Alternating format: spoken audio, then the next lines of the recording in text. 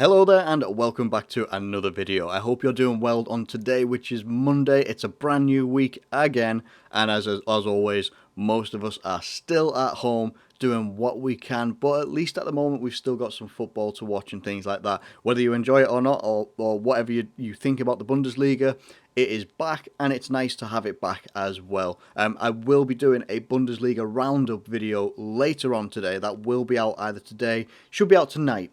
So keep an eye out for that one as well. But for now, we're going to go over some news topics that have cropped up over the weekend, over the end of last week as well. But this one is probably the most relevant one to the Premier League, if anything. The government gives close contact and competitive training the go-ahead for sport. Now, what we've had so far is socially distanced training. So they've been able to come into training together. We've seen Liverpool and the players come in for training, some like group sessions and stuff like that. They'll come in, they'll have a good couple of hours or something like that together, and then another load of players would come in. And I believe that is how it has worked so far.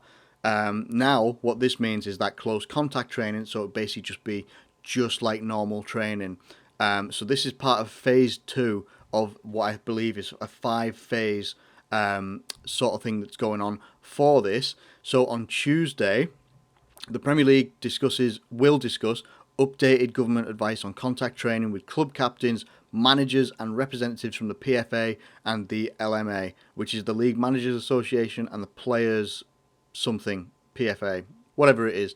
On Wednesday, the Premier League clubs will vote on whether to resume contact training, and Thursday, clubs will meet again to discuss the broader details of Project Restart, which has been the big name of this whole, getting football back into play in England anyway. It's been called Project Restart, and including a contingency talks on how the curtailment of the season would look. So basically how they're going to play out the rest of the season, which is absolutely fine.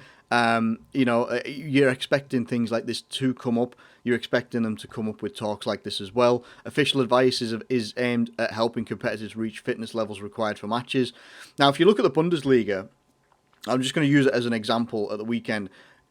We don't know if some of the results are just based on the fact that some teams are better than this team by quite a margin.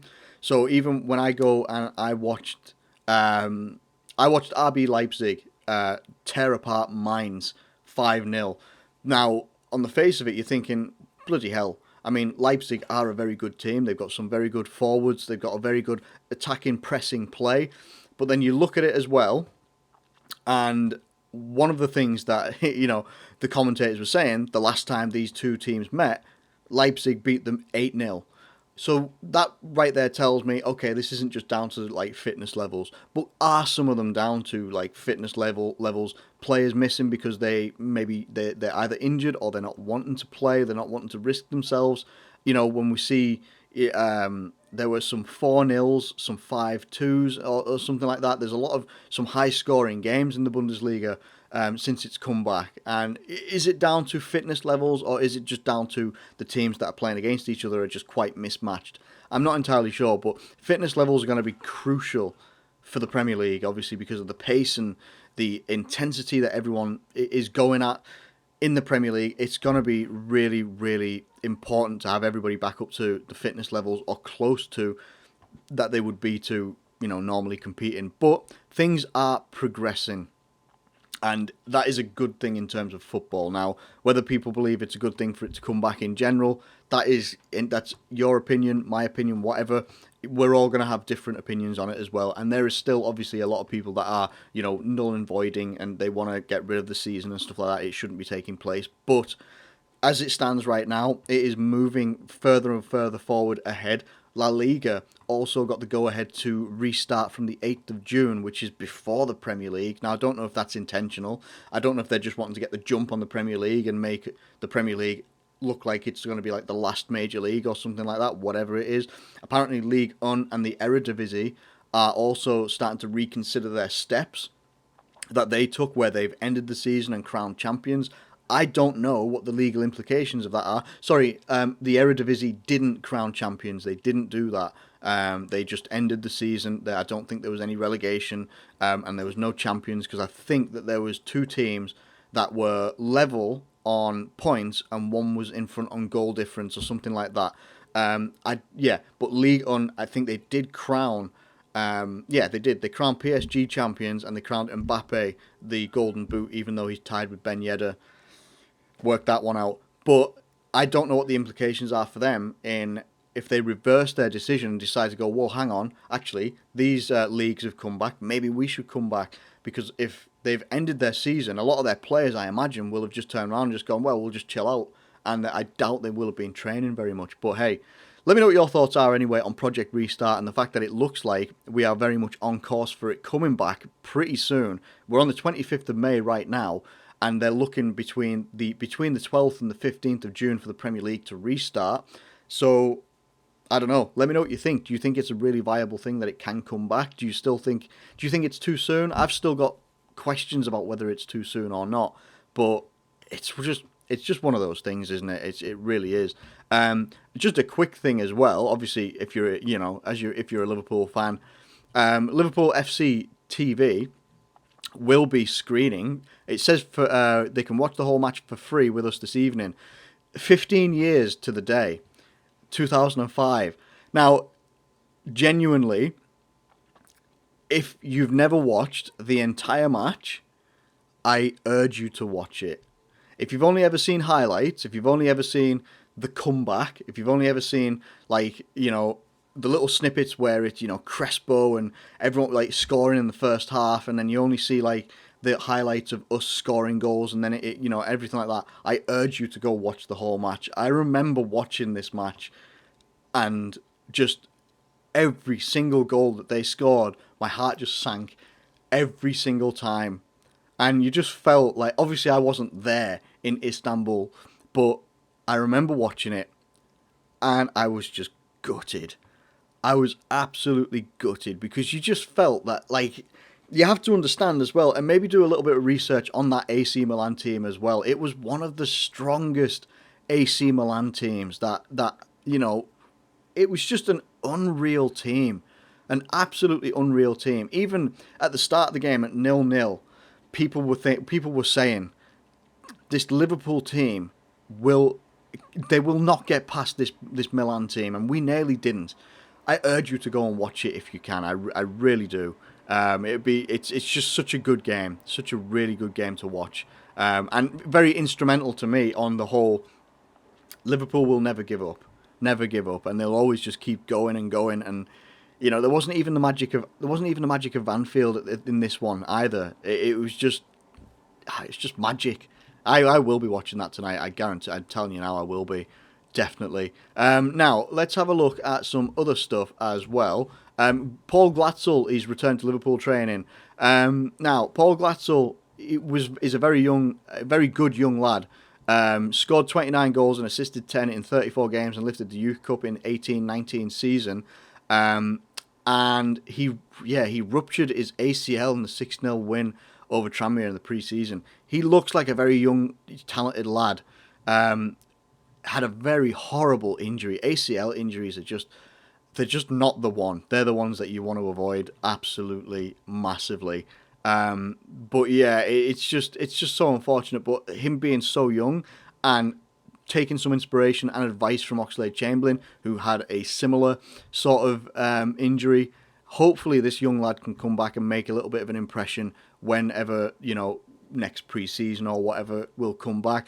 But I think it presents something of how we can progress going forward, bringing in the younger lads like him and the younger lads that are coming through with him as well, like a Harvey Elliott and Nico Williams and everybody else that's coming through as well. So hopefully that'll be really nice to have him back as well. And I'd like to finish this video off on Adama Traore.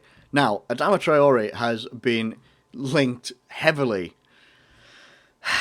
with Liverpool over the last couple of days, even over the last week, really. A lot of places are saying that, Adama Traore is Jurgen Klopp's key signing that he wants to make this summer, which would put him over the likes of Timo Werner, all that sort of business as well. Now, the first thing that we need to notice here is that Wolves value him at 133 million, which is just astronomical. Now, Adama Traore is a fantastic talent, but you need to go into the numbers as they've done here for the Echo. You go into the numbers, right? His main benefit is pace and dribbling ability. His dribbling is fantastic, right? But it's his final third dribbling that actually puts him behind Salah. His tally is almost half of the total of 299, which has been posted by the whole Liverpool squad, suggesting he could add a new dimension to the Reds' attack. But, and you have to say but, you know, he gives people a really horrible time. He is one of those players. He is so fast. He is so able to use his acceleration just from a standing start to accelerate into top speed so quick. I've not seen it for like that off another player.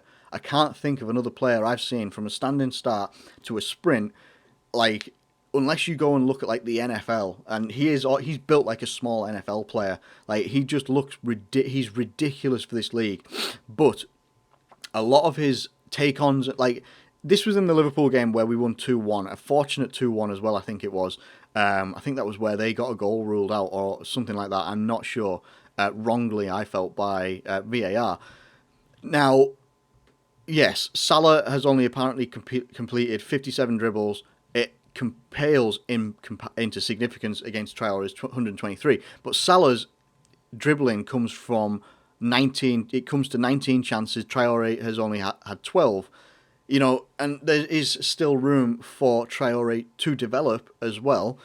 But when they keep saying that it comes with, you know, any links to Traore comes with a Salah warning, what they basically mean is Traore would start on the bench.